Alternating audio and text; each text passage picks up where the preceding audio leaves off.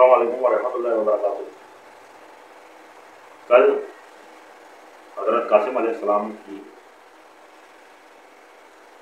ہم نے بات کی تھی اور اس کی ویڈیو بنائی تھی، آپ لوگوں کے سامنے پیش بھی کی تھی۔ آج اسی ویڈیو کو لے کے آگے چلیں گے۔ باغ حسن کے اس نونہال نے زندگی کو صرف 13 بہاریں دی کہ خدا کی نظر ہو گئی۔ حضرت قاسم بھی امام سے میدان جنگ میں مرنے کی اجازت کے لیے دعا کرتے تھے، کم پرجوش نہیں تھے۔ قاسم کے بار بار کہنے پر چچا کا جواب تھا، میرے پیارے بچے، میں تمہیں جانے کی اجازت کیسے دوں، جبکہ مجھے یقین ہے کہ باہر نکلنے والوں کو موت کا انتظار ہے۔ تمہارے والد میرے پیارے حسن نے ان کی موت پر تمہیں میری دیکھ بھال کی ذمہ داری سونپی تھی۔ بستر پر آپ کو موت کے جبروں میں بھیجنے کا سوچ کر میرا دل کانپ جاتا ہے۔ حسین کے جواب نے حضرت قاسم کا دل توڑ دیا۔ ان کا خیال تھا کہ ان کے چچا کسی بھی حالت میں انہیں دوسرے شہداء کی قسمت میں شریک نہیں ہونے دیں گی۔ آنکھوں میں آنسو لیے وہ وہیں کھڑے رہے، نہ جانے حسین کی اجازت کے لیے کیا کریں۔ اس وقت زینب اپنے بھائی کے پاس آئی۔ انہوں نے ہاتھ جوڑ کر حسین سے کہا، میرے پیارے بھائی، میں نے اپنی پوری زندگی میں آپ سے کبھی کوئی احسان نہیں مانگا۔ اب میں پہلی بار آپ سے درخواست کر رہی ہوں کہ آپ میری ایک خواہش پوری کریں، میرے بیٹوں کو میرے نقش قدم پر چلنے دیں۔ علی اکبر کا حسین نے زینب کی طرف دیکھا اور پھر اپنے بیٹوں کی طرف۔ انہوں نے سر جھکا کر جواب دیا، زینب میری سب سے پیاری بہن، میں آپ کی پہلی اور آخری درخواست کو رد کرنا ناممکن سمجھتا ہوں، حالانکہ میرے ان کو دینے سے میرا دل میرے اندر ڈوب جاتا ہے۔ حضرت اون اور حضرت محمد کی طرف متوجہ ہو کر انہوں نے کہا، میرے پیارے بچوں، آگے بڑھو اور اپنے بڑوں کی طرح مرنے کی اپنے دل کی خواہش پوری کرو۔ میں جلد ہی آپ کے تبدیل کے سفر میں آپ کے ساتھ آؤں گا۔ اس جواب پر دونوں نوجوان بے حد غموں کے درمیان خوشی محسوس کی۔ وہ اپنی ماں کے قدموں میں گر گئے اور ان سے دعائیں مانگی۔ ان پیارے بچوں کے ساتھ جدائی پر زینب کا غم ان کے آنسوؤں سے گزرا جو اب ان کی آنکھوں سے بہتے تھے۔ انہوں نے اپنے جوان بیٹوں کو اپنے آخری سفر پر نکلنے سے پہلے اپنے سینے سے لگانے کی خواہش محسوس کی، لیکن اس خوف سے کہ اس طرح کے جذبات کا مظاہرہ انہیں بے چین کر دے، وہ پیچھے ہٹ گئیں۔ وہ الوداعی ان سے کچھ نہ کہہ سکیں، دبی دبی سسکیوں کے ساتھ ان سے سرگوشی کی، میرے پیاروں، خدا آپ کے ساتھ ہو اور وہ آپ کو ان اذیتوں سے جلد نجات دلا دے جو آپ کو برداشت کرنی ہے۔ یہ زینب کا بہت بڑا کام ہے کہ وہ بے عزتی برداشت کریں جس کا نہ کوئی بھائی، نہ بھتیجا، نہ کوئی بیٹا۔ ان کو تسلی دینے کے لیے میری آپ سے آخری گزارش یہ ہے کہ بہادری سے لڑیں اور بہادری سے مریں، تاکہ قید میں میری ناقابل برداشت ہتھیلی کے درمیان مجھے کم از کم ایک یاد تو مل جائے۔ زبردست مشکلات کے باوجود آپ کی بہادری۔ وہ خاموشی سے اپنے بیٹوں کو حسین کی مدد سے گھوڑوں پر سوار ہوتے دیکھتی رہیں۔ ان کے ہونٹ خاموشی سے دعاؤں میں ہل رہے تھے، ان کی نظریں گھوڑوں کا پیچھا کر رہی تھیں۔ جب وہ میدان میں بھاگ رہے تھے، جب وہ دونوں نظروں سے اوجھل ہوئے، تو وہ ایک آہ بھر کر اپنے خیمے کے پاس ریت پر یوں بیٹھی جیسے کسی ریڑھی میں ہو گئی ہو۔ جب حضرت قاسم نے دیکھا کہ حضرت اون اور حضرت محمد کو ان کی ماں کی درخواست پر نکلنے کی اجازت مل گئی ہے، تو وہ اپنی ماں کے خیمے کی طرف بھاگے۔ تقریباً مایوسی کے ساتھ روتے ہوئے انہوں نے کہا، ام فروا کو بتایا کہ حضرت اون اور حضرت محمد نے اپنی والدہ کی شفاعت پر امام کی اجازت حاصل کر لی تھی، لیکن ان کے پاس اپنے چچا سے ان کی طرف سے درخواست کرنے کے لیے کوئی نہیں تھا۔ انہوں نے انتہائی مایوسی سے کہا، اگر اس دن شہید ہونا میرا مقدر نہیں تو زندگی میں میرے لیے کوئی رونق باقی نہیں رہی۔ کیا میں اسیر بن کر گلیوں سے جیل کی کوٹری تک پہنچتا ہوں؟ قاسم کو اتنا تلخ اور افسردہ دیکھ کر ام فروا غم سے پھوٹ پڑی۔ وہ خود پر قابو رکھتے ہوئے سوچنے لگی کہ کیا کرنا چاہیے کہ اس کے لیے حسین سے اجازت دی جائے۔ ان کا پہلا رد عمل امام کے پاس جانا اور انہیں اپنے بھائی کی بیوہ کے طور پر التجا کرنا اور قاسم کے لیے اجازت طلب کرنا تھا۔ تاہم ایک جھٹکے میں انہوں نے اپنے شوہر کے وہ الفاظ یاد آ گئے جو ان کی موت سے کچھ دیر پہلے ان کے لیے تھے۔ انہوں نے انہیں بتایا تھا کہ قاسم کے لیے ایک وقت آ سکتا ہے جب وہ خود کو مایوسی کے گرداب میں پا کر اداس اور افسردہ محسوس کرے گا، جس کی تفصیل بیان نہیں کی جا سکتی۔ انہوں نے انہیں کہا تھا کہ جب ایسا ہوا تو وہ ایک لفافہ دے جس میں انہوں نے اس موقع کے لیے خاص طور پر ایک خط لکھا تھا۔ انہوں نے احتیاط سے محفوظ رکھا تھا اس خط کو، اور ایک ڈبے میں اپنی سب سے پیاری چیز کے طور پر اپنے پاس رکھا تھا۔ ان کی خوش قسمتی سے وہ ڈبہ اپنے ساتھ لائے تھے۔ وہ جلدی سے خط لے کر آئی اور لفافہ قاسم کے حوالے کرتے ہوئے کہنے لگی، قاسم، تمہاری موجودہ حالت نے مجھے تمہارے والد کی بات واپس دلائی ہے کہ تمہارے لیے ایک ایسا دن آئے گا، اور جب یہ ہوا تو میں تمہیں خط پہنچا دوں۔ قاسم نے پھر سے امید کے ساتھ ماں کے ہاتھ سے لفافہ لیا اور اسے کھولا۔ اس میں اسے 2 خط ملے، جن میں سے ایک اپنی طرف اور دوسرا حسین کا خطاب۔ انہوں نے بے چینی سے اپنے لیے خط کھولا اور اپنی ماں کے فائدے کے لیے اسے بلند آواز سے پڑھا۔ حسن نے اس میں لکھا تھا، میرے بچے، جب یہ خط تم تک پہنچے گا تو میں نہیں رہوں گا۔ جب تم اسے پڑھو گے تو تم اپنے فرض کو ادا کرنے اور اپنی ذمہ داریوں کو پورا کرنے اور اپنی محبت کا اظہار کرنے کی خواہش کے درمیان کشمکش میں مبتلا محسوس کرو گے، اور آپ کے چچا کی عزت اور آپ کے لیے ان کی محبت اور پیار اسے آپ کو پیچھے رکھنے پر مجبور کر رہا ہے۔ میرے قاسم، میں نے آپ کو اپنے پیارے بھائی حسین کے لیے ایک خط سے مطلع کر کے اس تقریب کے لیے فراہم کیا ہے۔ آپ خط حسین تک پہنچا دیں تاکہ وہ آپ کے دل کی خواہش پوری کر دیں۔ اس موقع پر میں بہت کچھ کہہ سکتا ہوں، لیکن جب آپ اسے پڑھیں گے تو آپ کو معلوم ہوگا کہ ہم سے جدائی کا وقت زیادہ نہیں ہے، اس لیے جلدی کرو میرے بچے، میں تمہارا استقبال کرنے کے لیے کھلے بازوؤں کے ساتھ تمہارا انتظار کر رہا ہوں۔ جب انہوں نے خط پڑھنا مکمل کیا تو قاسم کو جذبات میں گھٹن محسوس ہوئی۔ انہوں نے ماں کے دل میں اٹھنے والے جذبات کے ساتھ بے آواز کھڑی تھی۔ دونوں یک زبان ہو کر سوچ رہے تھے کہ حسن کی طرف سے ان کی مخمصے کا کوئی حل فراہم کرنا کتنا پیار اور فکر مند تھا۔ قاسم نے عقیدت سے ان کے خط پر جھک کر اسے چوما۔ ان کی آنکھوں سے بہتے آنسو اس تحریر پر گرے، لیکن وہ خط کو مہکنے کے بجائے ان میں رونق ڈالنے لگے۔ فروہ سب سے پہلی تھی جنہوں نے ریوڑی سے باہر نکلا۔ انہوں نے خاموشی توڑتے ہوئے کہا، میرے پیارے قاسم، اب جب کہ تمہارا باپ موت کے منہ میں بھی تمہاری مدد کے لیے آیا ہے تو ان کا خط اپنے چچا حسین کے پاس لے جاؤ۔ مجھے کوئی شک نہیں کہ اب وہ تمہیں اجازت دینے سے انکار کریں گے۔ حضرت قاسم اب مشکل سے خود پر قابو پا سکتے تھے۔ وہ خط ہاتھ میں لیے امام حسین کے خیمے کی طرف دیکھے۔ انہوں نے حسین کو زینب کے خیمے کے باہر کھڑا میدان جنگ کی طرف گہری نظروں سے دیکھا۔ عباس ان کے ساتھ تھے اور زینب دروازے کے پاس پردہ اٹھائے کھڑی تھی، اور حسین اور عباس قاسم کے چہروں کو دیکھ رہے تھے کہ وہ سب حضرت عمر اور حضرت محمد کی لڑائی دیکھ رہے ہیں۔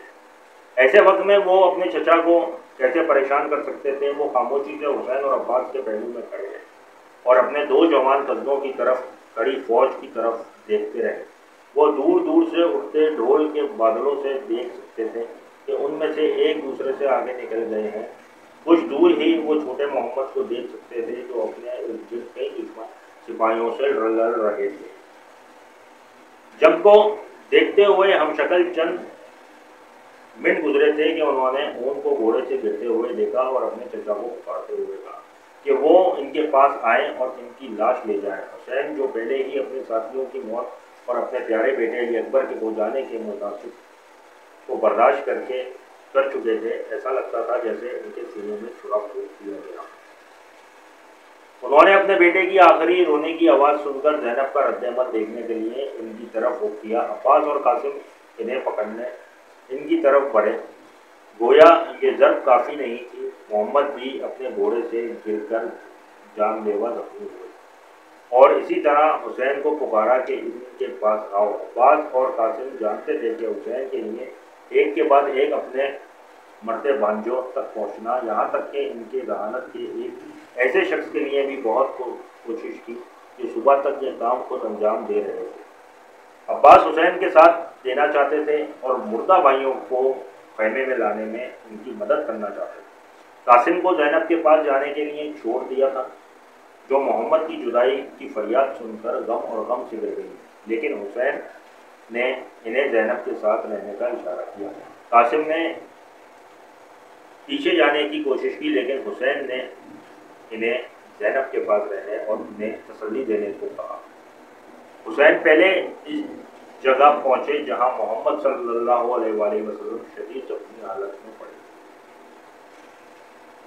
اس نے اپنے جسم پر جھک کر دیکھا کہ خون بہہ جانے کی وجہ سے ان کی جوان زندگی تیزی سے ڈوب رہی ہے۔ بچہ زور سے ہانپ رہا ہے، ان کا گلا اس قدر سوکھا ہوا تھا کہ بڑی کوشش کے باوجود وہ صاف بول نہیں پا رہے تھے۔ حسین نے اپنا کان محمد کے منہ کے پاس رکھا، دھیمی آواز میں نوجوان لڑکے نے کہا، چچا جان آپ کو میرا آخری سلام۔ اپنی ماں کو بتائیں کہ میں ان کی امیدوں پر پورا اترا ہوں اور بہادری سے مر رہا ہوں، کیونکہ وہ اور میرے والد مجھے چاہتے تھے۔ میرا آخری سلام ان کو دو اور جتنا ہو سکے انہیں تسلی دو۔ یہ الفاظ کہنے میں بچے کی کوششیں اسے تھکا دیتی نظر آئی۔ انہوں نے چند سیکنڈ کے بعد مزید کہا، میں نے گرنے سے پہلے حضرت خون کے رونے کی آواز سنی، اب جب کہ میں کسی مدد سے باہر ہوں، چچا ان کے پاس جائیں اور دیکھیں کہ کیا آپ ان کے لیے کچھ کر سکتے ہیں۔ انہوں نے اس سے پہلے کہ بہت دیر ہو جائے، انہوں نے مشکل سے یہ الفاظ کہے جب ان کی زندگی معدوم ہو گئی۔ حسین غم کے عالم میں اپنے پاس تھے، لیکن وہ زیادہ دیر وہاں نہیں رہ سکے کیونکہ انہیں اون کے پاس جانا پڑا۔ وہ تیزی سے اس طرف بڑھا جہاں اون گرے تھے۔ جب ان کی لاش پہنچی تو معلوم ہوا کہ انہوں نے آخری سانس لی تھی۔ انہوں نے اپنے بے جان جسم کو اٹھایا اور دل سے دبا لیا۔ بہتے ہوئے آنسوؤں کے ساتھ بوڑھے چچا نے اپنے بھتیجے کی لاش کو بازوؤں میں لیے خیمے کی طرف جانا شروع کیا۔ عباس خیمے سے دوڑتے ہوئے ان کی طرف آئے اور کہا کہ مجھے حضرت خون کی لاش کو مردہ خانے میں لے جانے دو اور تم محمد کی لاش لے جاؤ۔ میرے آقا عباس ابھی تک آپ کا بوجھ اور غم بانٹنے کے لیے زندہ ہے۔ حسین نے خاموشی سے خون کی لاش عباس کے حوالے کر دی اور محمد کی لاش لینے کے لیے چلے گئے۔ دونوں بھائی، ایک بوڑھا اور ایک جوان، ہر ایک نوجوان بھتیجے کی لاش اٹھائے ہوئے تھے۔ یہ نظارہ ایسا تھا کہ سخت ترین لوگوں کے دلوں میں رنج و غم کو جگا دیا۔ اپنے خیمے میں پہنچ کر حسین اور عباس نے حضرت خون اور حضرت محمد کی لاشیں زمین پر رکھ دی۔ زینب جو ان کا انتظار کر رہی تھی آئی اور اپنے دونوں بیٹوں کی لاشوں پر گری۔ میرے بیٹے، انہوں نے پکارا۔ کون سی ماں ہے جو اپنے پیاروں کو موت سے ملنے کے لیے بھیجے جیسا میں نے اپنے پیاروں کو بھیجا ہے۔ ان کا چہرہ آنسوؤں سے نہا رہا تھا۔ وہ سسکیوں کے ساتھ کہہ رہی تھی، میرے پیارے، تم اپنی پیاس بجھائے بغیر اس دنیا سے چلے گئے۔ تمہارے دادا علی جنت میں تمہاری پیاس بجھانے کے لیے موجود ہوں گے۔ میرے پیارے بیٹے، زینب کے لیے ابھی ایک طویل تھکا ہوا نہ ختم ہونے والا مستقبل، آپ دونوں کے بغیر سامنا کرنا، اپنی بہادرانہ گفتگو سے بوجھ ہلکا کرنا۔ اپنے غم اور جذبات سے مغلوب ہو کر وہ لاشوں پر بے ہوش ہو کر گر پڑے۔ حسین، عباس، قاسم اور وہ عورتیں جو ان کے پاس کھڑی تھیں اور رو رہی تھیں، زینب کو آہستہ سے اٹھا کر اپنے خیمے میں لے گئی۔ وہ سب جانتی تھیں کہ اتنے بڑے سانحے میں جو ان پر پیش آیا تھا، تسلی کے تمام الفاظ بے سود ہو گئے۔ جیسا کہ یزید کی فوج کا معمول تھا، انہوں نے حسین کے دو بھتیجوں کے قتل پر اپنی فتح کا اعلان کرنے کے لیے ڈھول پیٹنا شروع کر دیا۔ جب ڈھول کی دھڑکن بند ہوئی تو انہوں نے حسب معمول روتے ہوئے حسین کے نوجوان محافظوں کو موت کا سامنا کرنے کے لیے میدان میں آنے کا چیلنج کیا۔ اب قاسم حسین کے پاس آیا جو زینب کے سجدے میں سر جھکا کر کھڑے تھے۔ حضرت قاسم میں اتنی طاقت نہ تھی کہ وہ امام کو بتانے کے لیے آئے تھے۔ انہوں نے خاموشی سے اپنے والد کا وہ خط حسین کے حوالے کر دیا جو انہوں نے والدہ کے دیے ہوئے لفافے میں بھیجا تھا۔ حسین نے خط پر ہاتھ کی تحریر پر ایک نظر ڈالی اور فوراً انہوں نے اپنے مرحوم بھائی کی تحریر کے طور پر پہچان لیا۔ حیرت سے انہوں نے خط کھولا اور بے تابی سے اسے پڑھا تو وہ اپنے آپ پر قابو نہ رکھ سکے۔ اور غم کے مارے رونے لگے۔ خط میں لکھا تھا، میرے پیارے حسین، جب یہ خط آپ پڑھیں گے تو اب آپ چاروں طرف سے غموں میں گھرے ہوں گے۔ آپ کے ارد گرد آپ کے عزیزوں اقارب کی لاشیں بکھری ہوں گی۔ میں آپ کے لیے اپنی جان دینے کے لیے نہیں ہوں گا حسین، لیکن میں اس دن اپنے قاسم کو اپنے پیچھے چھوڑ کر جا رہا ہوں۔ حسین، میں آپ سے التجا کرتا ہوں کہ میری پیشکش کو رد نہ کریں۔ محبت کے نام پر جو تم میرے لیے برداشت کرتے ہو، میں تم سے التجا کرتا ہوں کہ قاسم کو نکلنے دو اور اپنے دفاع میں مرنے دو۔ پیارے بھائی، روح کے ساتھ میں آپ کے ساتھ ہوں، آپ کی بہادری کی قربانیوں کو دیکھ رہا ہوں اور آپ کے دکھ اور تکلیف میں شریک ہوں۔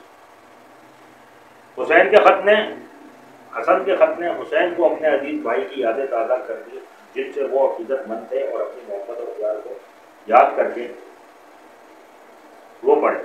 حسن کو ان سے کتنی انوکھی محبت تھی کہ مرنے کے باوجود انہوں نے اپنے نائب کو قاسم نے اس دن کے لیے چھوڑ دیا۔ حسین نے کوشش کے ساتھ اپنے آپ کو پر قابو پا کر قاسم کی طرف متوجہ ہوتے ہوئے کہا، پیارے بچے، تیرے والد کی خواہشات جنہیں میں اپنے لیے حکم سمجھتا ہوں، میرے لیے کوئی دوسرا راستہ نہیں چھوڑنا۔ چلو قاسم، جیسا کہ تمہارے والد نے تم سے خواہش کی تھی کہ میں تیری شہادت کے زخم کو برداشت کروں گا، خدا کی مرضی کے آگے جھک جاؤں گا۔ قاسم نے تعظیم کے ساتھ جھک کر اپنی والدہ ام فرما کی طرف جلدی سے کہا، جو اون اور محبت کی شہادت کی غم سے نڈال بیٹھی تھی۔ قاسم نے جیسے ہی ان کے خیمے میں داخل ہوا، اس نے سر اٹھا کر انہیں امید سے دیکھا۔ وہ ان کے چہرے پر نظر آنے والے اطمینان سے دیکھ سکتی تھی کہ اسے حسین کی اجازت مل گئی ہے، جس کے لیے وہ اتنی دیر سے بھیک مانگ رہے تھے۔ ماں اور بیٹے کے درمیان نظروں کے تبادلے نے ام فرما کو تصدیق کر دی کہ وہ صحیح ہے۔ وہ دھیرے سے اٹھی اور قاسم سے کہنے لگی، میرے پیارے بیٹے، میں اتنے سالوں سے اس دن کا انتظار کر رہی ہوں جب تم دولہا بنو گے، اور دولہا بن کر میری عشیر بات دولہا بنو گے اور میری دعاؤں لو گے۔ لگتا ہے کہ قسمت نے کچھ اور ہی فیصلہ کیا ہے قاسم، میں نے وہ لباس محفوظ کر رکھا ہے جو تمہارے والد نے اپنی شادی کے دن میرے ساتھ پہنا۔ مجھے امید ہے کہ تمہاری شادی کے دن میں تم سے اسے پہننے کو کہوں گی۔ اب جب کہ آپ واپسی کی سرزمین پر جا رہے ہیں، میری خواہش ہے کہ آپ وہ لباس پہنے تاکہ آپ کو دولہا کے روپ میں دیکھنے کی میری خواہش پوری ہو جائے۔ کچھ تو کم کے بعد وہ عکاسی لہجے میں بولی، دولہا کے ہاتھوں پر مہندی لگانے کا رواج اگرچہ میرے ساتھ کوئی نہیں ہے، لیکن میں جانتا ہوں کہ آپ کو اس کی ضرورت نہیں ہوگی، تیرے ہاتھ تیرے ہی خون سے رنگ جائیں گے۔ ان الفاظ کے ساتھ انہوں نے اپنے بیٹے کے گالوں کو چوما اور اسے گلے لگا لیا۔ یہ ایک لمبا وقت تھا۔ انہوں نے ماں کا گلے جو جانتی تھی کہ وہ اس دنیا میں آخری بار اپنے جوان پیارے کو دیکھ رہی ہے، انہوں نے اپنی باہوں میں پکڑے اور تڑپتی ہوئی ان کے چہرے کی طرف دیکھ رہی تھی، جیسے وہ ان کی تصویر کو ہمیشہ کے لیے اپنے دماغ میں ڈوبنے دینا چاہتی ہے۔ لیکن جدائی ہمیشہ کے لیے کہاں ہوتی ہے، اور ایسے حالات میں ان کی وضاحت کر سکتے ہیں۔ ماں اور بیٹے نے خود کو ایک دوسرے سے جدا کر دیا، کہیں ایسا نہ ہو کہ ان کی بڑھتی ہوئی محبت اور لگاؤ ان کی جدائی کو ناممکن بنا دے۔ ام فرما نے قاسم کو پہننے کے لیے حسن کی شادی کے کپڑے نکالے۔ ان کپڑوں میں ملبوس قاسم حسن کا روپ دھار رہا تھا۔ بیٹا ماں کے پیچھے پیچھے زینب کے کہنے پر اسے الوداع کہنے گیا۔